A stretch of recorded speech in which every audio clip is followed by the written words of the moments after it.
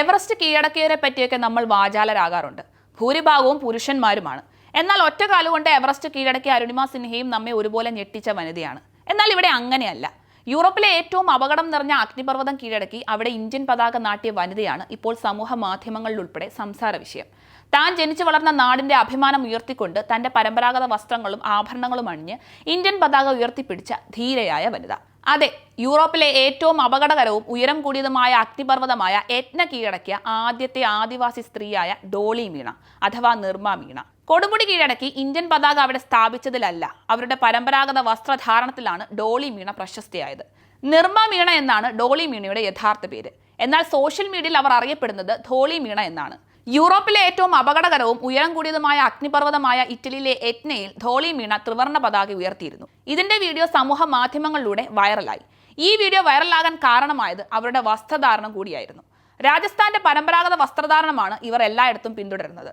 നാടും വീടും വിട്ട് വിദേശത്താണ് ജീവിതമെങ്കിലും തന്റെ രാജ്യത്തിന്റെ പാരമ്പര്യവും സംസ്കാരവും അവർ എന്നും കാത്തു സൂക്ഷിക്കുന്നുണ്ട്.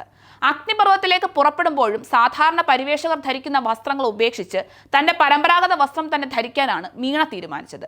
മുൻപ് യൂറോപ്പിലെ ഒരു ബീച്ചിൽ നിറയെ ബിക്കിനി ധരിച്ച സ്ത്രീകൾക്കിടയിൽ രാജസ്ഥാന്റെ വർണ്ണപ്പകിട്ടാർന്ന ലെഹങ്ക ധരിച്ചു നിന്ന ഇവരുടെ ചിത്രങ്ങൾ സോഷ്യൽ മീഡിയയിൽ ഏറ്റെടുത്തിരുന്നു. ഇപ്പോഴിതാ പുതിയ നേട്ടം കൈവരിച്ചിരിക്കുകയാണ് ഇന്ത്യയിൽ നിന്നുള്ള ഈ വീട്ടമ്മ. ലോകേഷ് മീണ എന്ന IFS ഉദ്യോഗസ്ഥനാണ് ധോളി മീണയുടെ ഭർത്താവ്. രാജസ്ഥാനിലെ ദൗസയിലെ നിർമാലി സ്വദേശിനിയാണ് ഇവർ. യൂറോപ്പിലാണ് താമസമെങ്കിലും രാജസ്ഥാനി വസ്ത്രത്തിൽ മാത്രമേ ഇവരെ കാണാൻ സാധിക്കുകയുള്ളൂ. രാജസ്ഥാനി ഗാഗ്ര ലുഡ്ഗി എന്നാണ് ഡോളി മീണ ധരിക്കുന്ന വസ്ത്രത്തിന്റെ പരമ്പരാഗത പേര്. ധോളി മീണയുടെ ഫോളോവേഴ്സിനെല്ലാം അവരുടെ സ്റ്റൈൽ ഭയങ്കര ഇഷ്ടമാണ്. എവിടെ ചെന്നാലും ആളുകൾ മീണയെ കൗതുകത്തോടെയാണ് നോക്കുന്നത്. വേഷത്തിൽ മാത്രമല്ല, രാജസ്ഥാനിലെ തനി നാടൻ സ്ത്രീകൾ ഉപയോഗിക്കുന്ന എല്ലാത്തരം ആഭരണങ്ങളും അവർ വസ്ത്രത്തിനൊപ്പം അണിയുന്നുണ്ട്. ചുവന്ന ലിപ്സ്റ്റിക്കും കയ്യിൽ മെഹന്തിയും എപ്പോഴും ഉണ്ടാകും. മാത്രമല്ല, മാട്ടയിൽ ഘൂമർ അവതരിപ്പിച്ച് ധോളി മീണ രാജസ്ഥാന്റെ സംസ്കാരത്തെക്കുറിച്ച് ലോകത്തിലെ ജനങ്ങളെ ബോധവാന്മാരാക്കിയിരുന്നു. ഇതിന് പിന്നാലെ കേന്ദ്ര നിയമ സാംസ്കാരിക മന്ത്രി അർജുൻ റാം മേഘ്വാളും രാജ്മന്ദ് ലോക്സഭാ MP രാജ്കുമാരി ദിയാകുമാരിയും അദ്ദേഹത്തെ പ്രശംസിച്ചിരുന്നു. ഇതിന് പുറമെ നിരവധി മന്ത്രിമാരും നേതാക്കളും അഭിനന്ദനം അറിയിച്ച് രംഗത്തെത്തിയിട്ടുണ്ട്. സ്വിറ്റ്സർലൻഡിലെ 7 കടലുകൾ കടന്ന് ഇന്ത്യൻ സംസ്കാരത്തിന്റെ വ്യാപനത്തിന് സംഭാവന നൽകാൻ കഴിഞ്ഞതിൽ വലിയ സന്തോഷമാണെന്നാണ് അവർ പറയുന്നത്. 3 രാജ്യങ്ങളിലേക്കുള്ള തന്റെ യാത്രക്കിടെ നഗരങ്ങളെക്കാൾ കൂടുതൽ ഗ്രാമങ്ങളിൽ അവർ പോയി.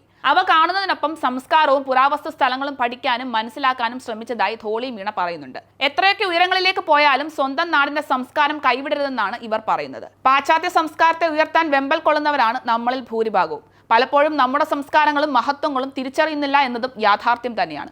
അവിടെയാണ് ധോളി മീണ താരമാകുന്നത്. ജനിച്ചു വളർന്ന നാടിനെയും രാജ്യത്തെയും സംസ്കാരങ്ങളെയും ഉയർത്തുക മാത്രമല്ല, ഒരു കാലത്ത് നമ്മെ അടക്കി ഭരിച്ചവർക്ക് മുന്നിൽ തലയുയർത്തി രാജ്യത്തിന്റെ അഭിമാനം വാനോളം ഉയർത്താൻ ഈ വനിതയ്ക്ക് കഴിഞ്ഞു എന്നതും പ്രസക്തമായി തന്നെയാണ്.